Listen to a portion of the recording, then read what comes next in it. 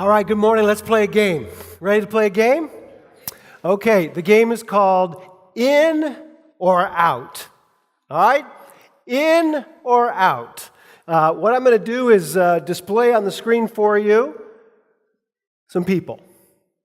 Really some characteristics, descriptions of some people, multiple descriptions for a person. And as I go through each one, what I want to elicit in you, not out loud, okay? But I want you to answer the question, in or out?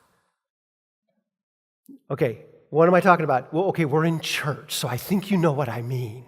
All right? Here we go. In or out. Here's the first person. They are church member. Don't say it out loud. Okay. In or out? Okay, let's see what else. Oh, they're an attorney. Oh, you're welcome, my friends over there. Third thing, gives generously to feed children. In or out? Finally, Dodger fan. In or out? Can you tell? All right, let's try another person. All right, this person, gang member. In or out? Gang leader. Studying the Bible. Drives a Prius. In or out? In or out? Okay, kind of hard to tell, right? I mean, you know, I'm just messing with you. That thing about the Dodgers fan is pretty obvious, so we don't have to make a big deal about it. As people, we love to do this. We love to judge, right? We love to look at people and based on our scorecard, make a decision if we think they are in or out. In or out with God, in or out with our faith community. In or out. In fact, you may have laid eyes on 3 people already today where you made that decision, that judgment. In or out? Do they fit? Do they belong? So Luke, our author, is going to do something like that with us today. He's going to introduce us to somebody in such a way that he's hoping to elicit that response in us. In or out? What do you think? And it comes at a very important part of Luke's gospel. Throughout this series, which we've called Luke Season 2, Jesus is on the road to Jerusalem, right? He's going to end up in Jerusalem where he's going to fulfill his life's purpose, which is to give his life for his friends. And next week, he's going to get there. So this week is the last leg on the journey. In fact, this conversation he's going to have today, it's the last individual he talks to before he gets to Jerusalem. And so when Luke brings it to us this way, he's in the town of Jericho. He says this is Luke chapter 19 where we'll be today, verse 1.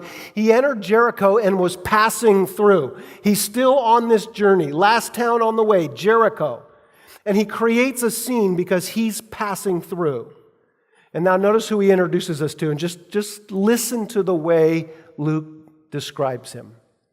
A man was there by the name of Zacchaeus. He was a chief tax collector, and he was wealthy. So this is Luke playing a game with us. And he's asking you, in or out? What do you think? Get your scorecard out and tell me what you think. And we're going to do that today. But we're going to see how Luke would fill it out as well as how Zach's community would fill out. The people that he lives with, the larger Jewish community, the faith community that he's a part of there in the town of Jericho. Okay, so listen again. We'll look again and we'll see the way that he describes Zacchaeus. The first is that Zacchaeus is Jewish. Zacchaeus is a Jewish name. So he's a part of these people, the children of Abraham, right? A descendant in the line of people who are the people of God, they call themselves. So for Luke, as we've been reading Luke's gospel, Luke would say, yeah, that's pretty good. That's pretty good. Now, Zach's community, of course, would say, yeah, that's really good. You're in, right? The next thing he tells us about Zacchaeus is that he's a tax collector. A tax collector. He works for the Roman government and he collects taxes from the people. So for Luke, if we've been reading Luke's gospel well, we know that that's a good thing From Luke's perspective, tax collectors are in.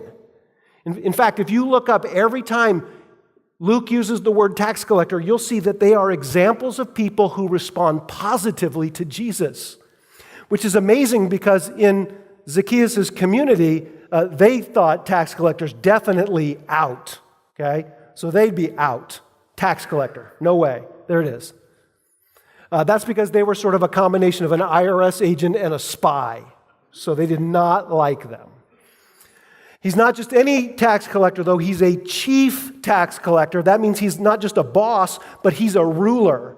Even though they may not like him, he has status in his community because he's in the ruling class.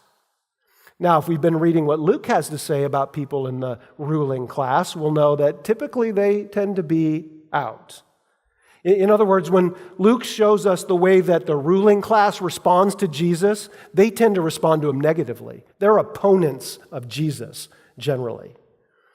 And he's more in favor of the tax collector types. And just in chapter 18, just before what we're reading here in chapter 19, Jesus tells a parable, and it's a story about a Pharisee who is one of the religious elite. He's a ruler, and a tax collector, and they're both praying to God, and Jesus uses the story to point to the tax collector as the example of genuine faith, not the religious leader. Okay? So that kind of gives you a feel for it. All right, so how's our scorecard doing? Okay, in Zach's community, of course, chief tax collector, way out. I mean, really bad. IRS agent and a pimp kind of combined together. That's what they would have thought. And then Luke tells us that he's wealthy. Same thing, if we've been reading Luke's gospel and we see the way that wealthy people are shown as responding to Jesus, we'd say, oh, Luke's probably telling us he's out. Because the wealthy people, they tend also to be opponents of Jesus. In the account of what happened right at the end of chapter 18, right before we get here, a rich ruler comes to Jesus and says, what do I have to do to inherit eternal life? And Jesus says, well, what do you think? And the guy says, well, I keep all of the religious commandments. And Jesus says, that's good. Why don't you sell your possessions and give to the poor? And the text says that the guy went away very sad because he was very wealthy. And Jesus says something funny then. He says, man, it's almost impossible for a wealthy person to make it into the kingdom. And everybody's like, what? And Jesus said, well, with God it's possible. But the point is, the problem isn't that they're wealthy. The problem is that the more you have, the more you trust. The harder it is to put your trust in God when you have lots of things to put your trust in. And that makes it hard. And so, as we've been seeing Luke portray it, the wealthy people tend to be out. But in Zacchaeus' community, the wealthy people were the bomb. So they were definitely in. Okay? So they were in. And then that gives us the completion of the scorecard. How's it look? What's he trying to tell us? Well, he helps us in verse 3. In verse 3, he says, Zacchaeus, he wanted to see who Jesus was. But because he was short, he could not see over the crowd. And if you've heard the story of Zacchaeus ever before, that's one of the things that he's famous for, is that he was short. But Luke says there's something more important about him, and it's this first line. He wanted to see who Jesus was, which is a deep statement. He's not just saying he wanted to see Jesus. He's not saying he wanted to catch a glimpse of Jesus because this celebrity was coming through town. No, it's something more than that. It's an intentional quest. He wanted to know Jesus. He wanted to know who he was. He wanted to know what he's all about. He's not just curious, he's very serious about Jesus. Okay? And so that messes a little bit with the scorecard that Luke has given us. He's seeking Jesus. Now, the problem that Zacchaeus has is he's got some obstacles to actually encountering Jesus as Jesus passed through town. And like I said, one of the things he's famous for is being short. And the impression this gives us is, hey, there's a crowd of people. Jesus is coming by. Zacchaeus is too short. He can't see over the people. But what I want you to see is that Zacchaeus has a bigger problem than just being vertically challenged. Okay? Zacchaeus' problem is his community. His community doesn't want him. They exclude him from seeing Jesus. This is the ESV translation of this verse. It puts the Greek words in a more correct, a better order to help us understand what the author is trying to say. Do you see how it's different? But on account of the crowd, he could not see because he was short.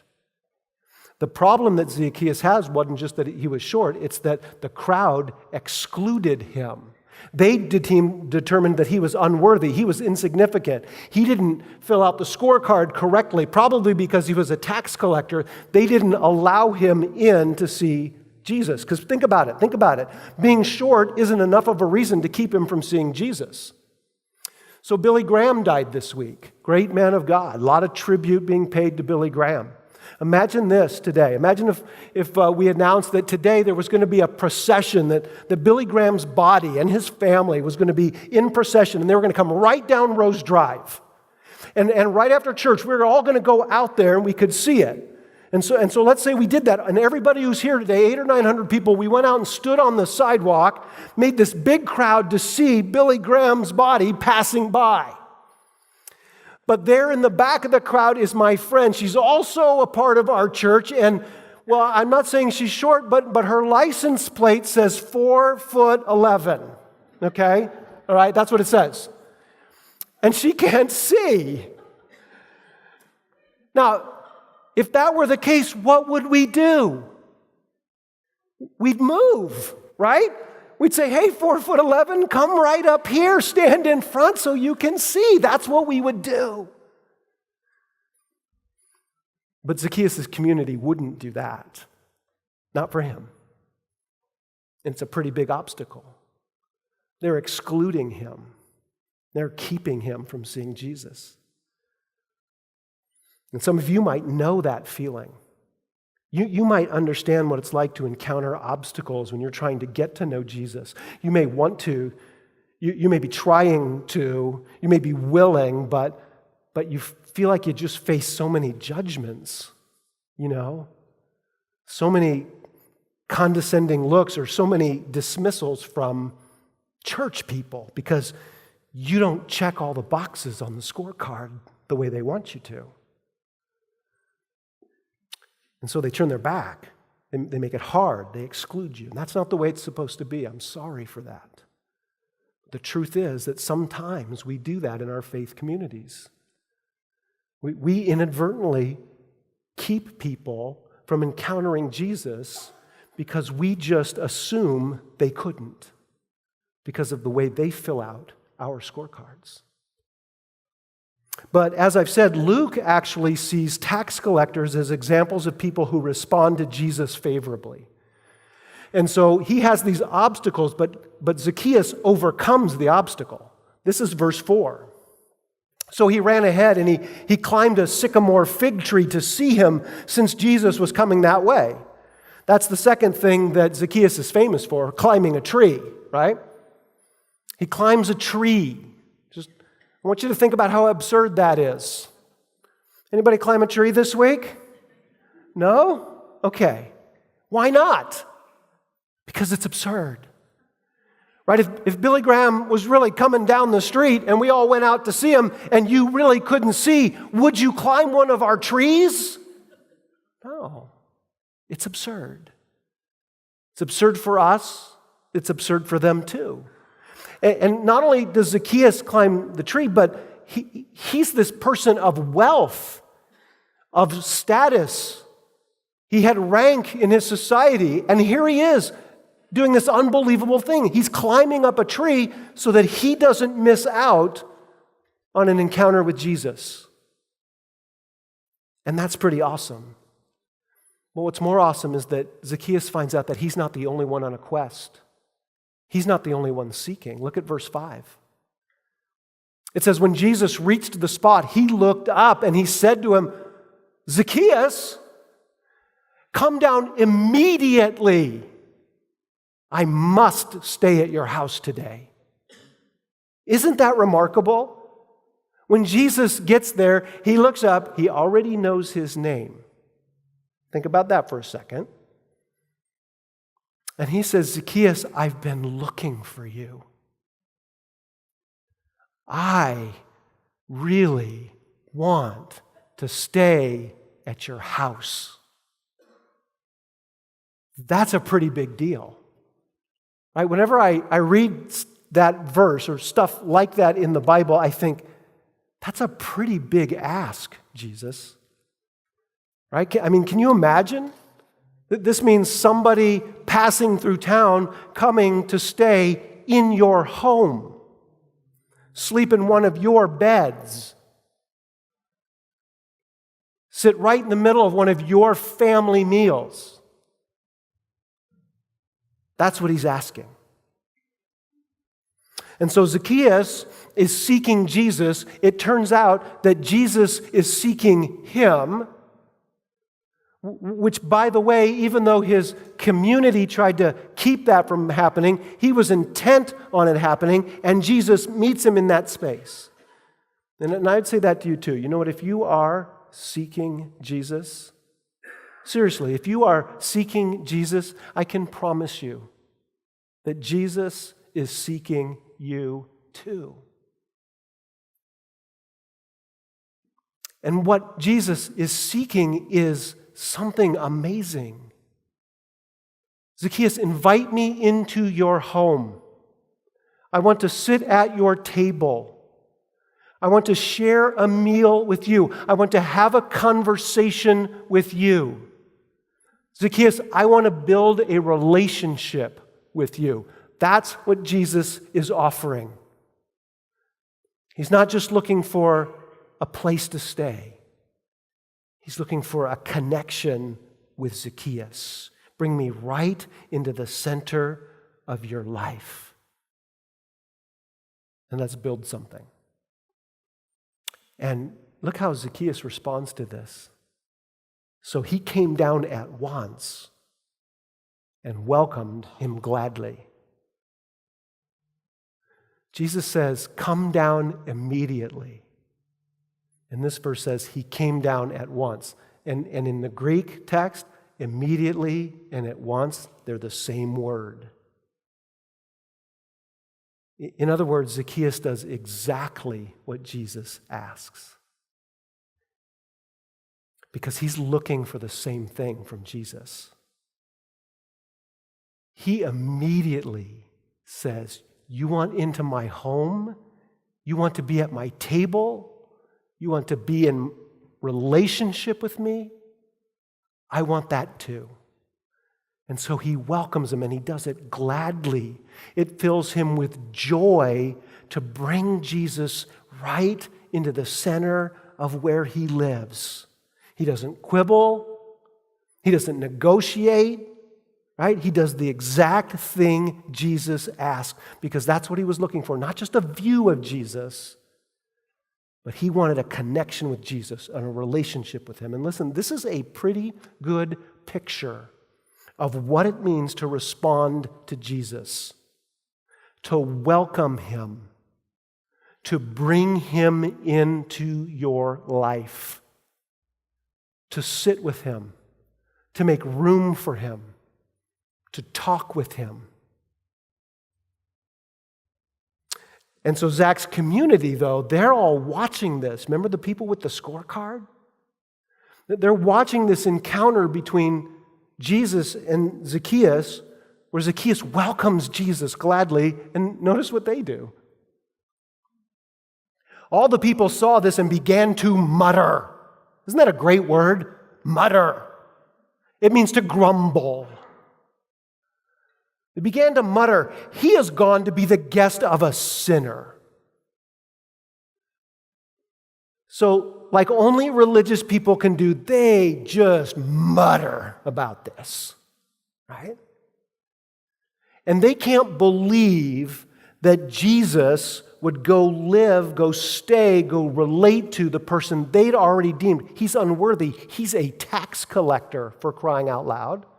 Or in their estimation, he is nothing more than a sinner. And to them, that was a bad thing. If you went to have a meal with, if you went to share fellowship with someone who is a sinner, it might rub off on you. And so you didn't do it. And so in the same way that they reject Zacchaeus, they actually are rejecting Jesus here and saying, what kind of person is he if he'll go and stay with somebody like that? And they see him as nothing more than a sinner. He's a tax collector. So the big picture, though, is that Zacchaeus is looking for this relationship. Jesus offers it to him, and he welcomes Jesus. And right in the midst of this crowd grumbling, I can't believe you're going to stay with a sinner, something amazing happens. Zacchaeus says something remarkable right in front of everybody. Look at verse 8.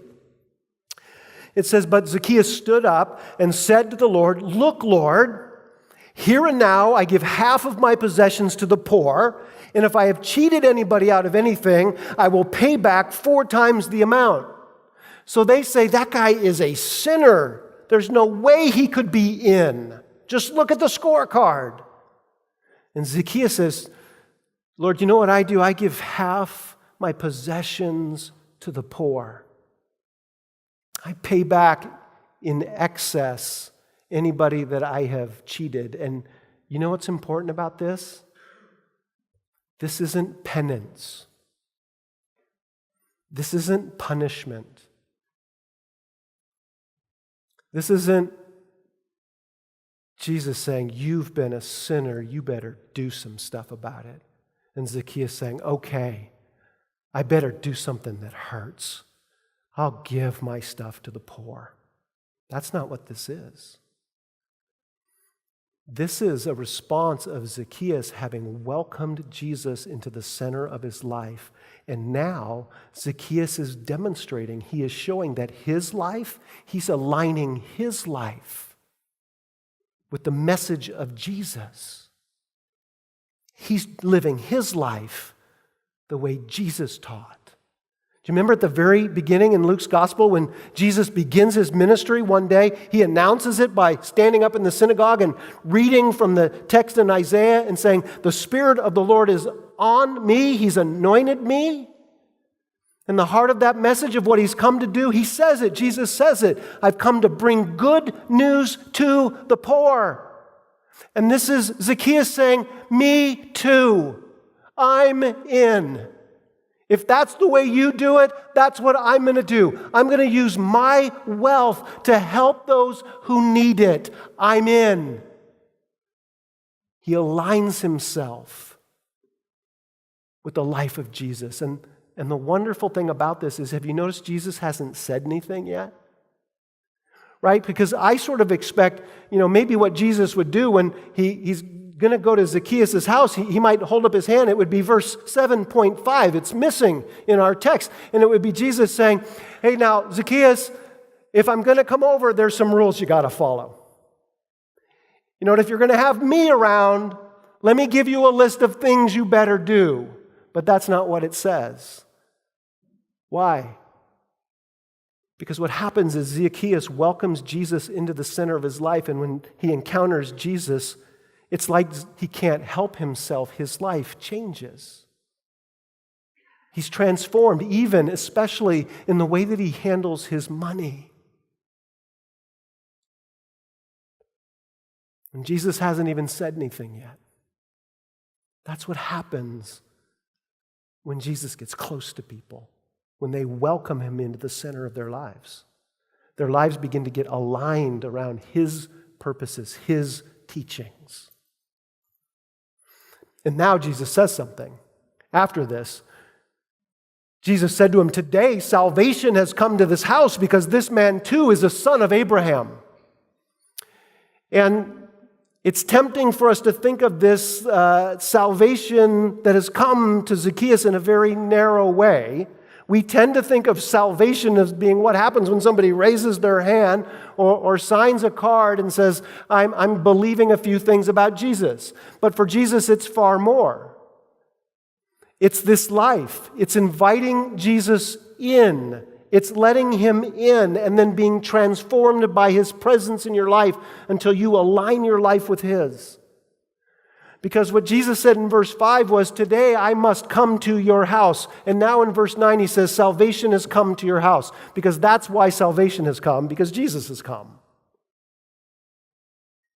When Jesus gets near, when Jesus gets welcomed, when Jesus gets invited, salvation comes, transformation happens, and it's pretty amazing.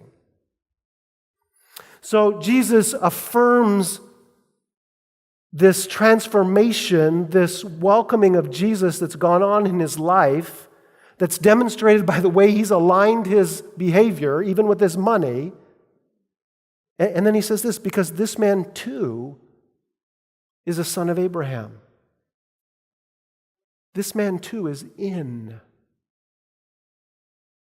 And he's saying this to these people who've said, he's not one of us. He's a tax collector.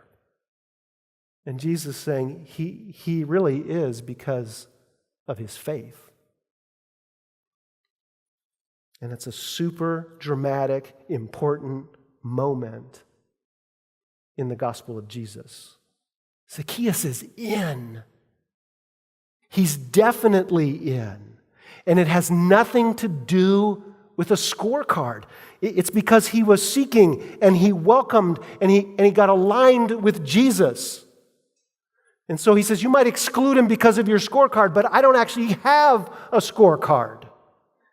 And that's the wonderful thing about Jesus, because that's how he rolls. And this passage ends with this verse. This is Jesus talking about himself.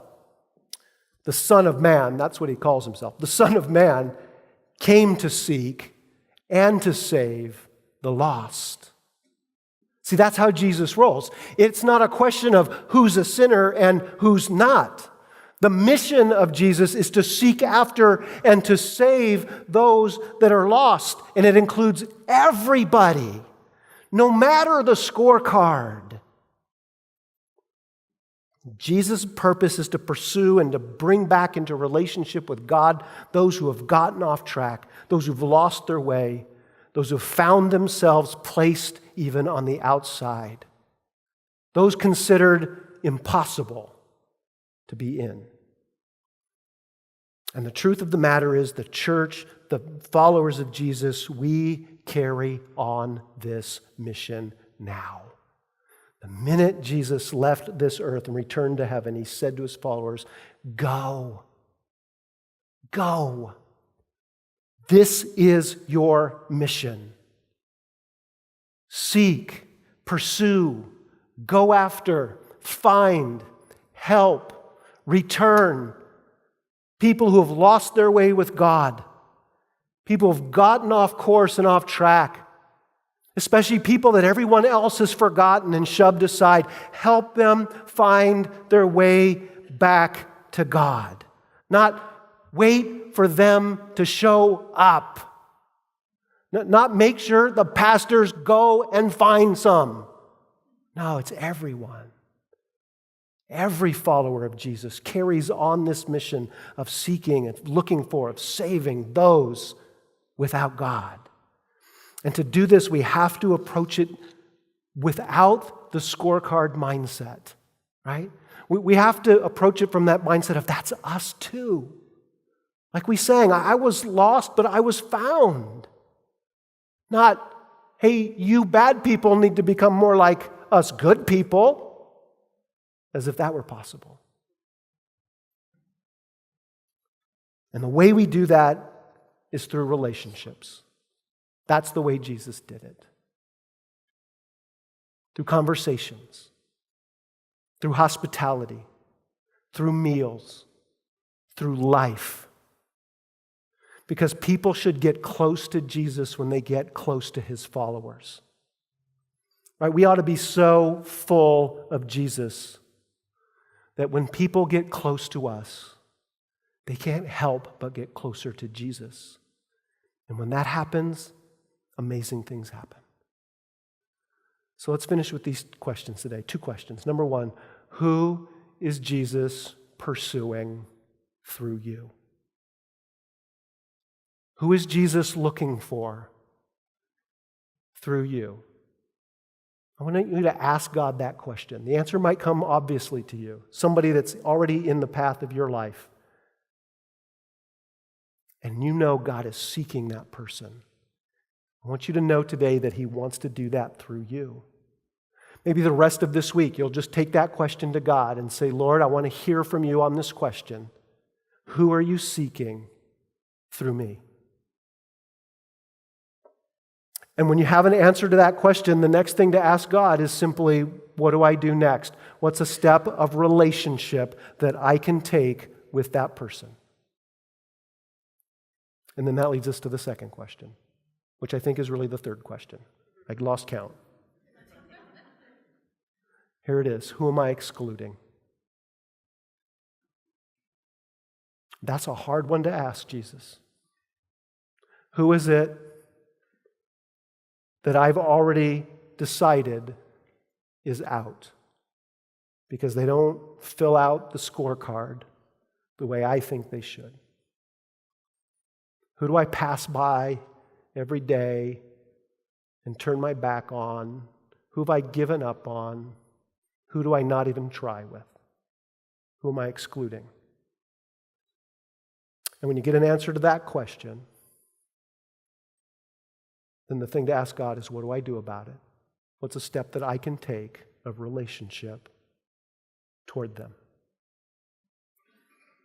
This is the mission of Jesus. It's the mission of this church. It's the mission of every single follower of Jesus. To look for, to pursue, to help those who've gotten off track with God get back on track with Him. And when we invest ourselves through relationship in doing that, Jesus transforms lives. And when He changes lives, He changes communities. And when He changes communities, He changes the world. Let's pray this morning.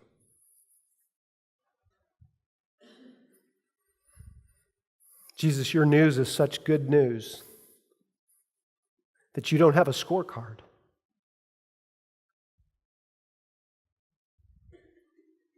That you came looking for us.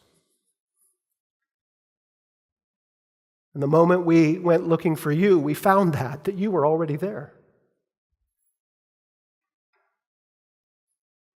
And as we got close to you, when we welcomed you in and asked you to sit with us and be near us and be in our lives, we saw that you came and everything began to change. And we're so grateful for that. And this day, Lord, we want to remember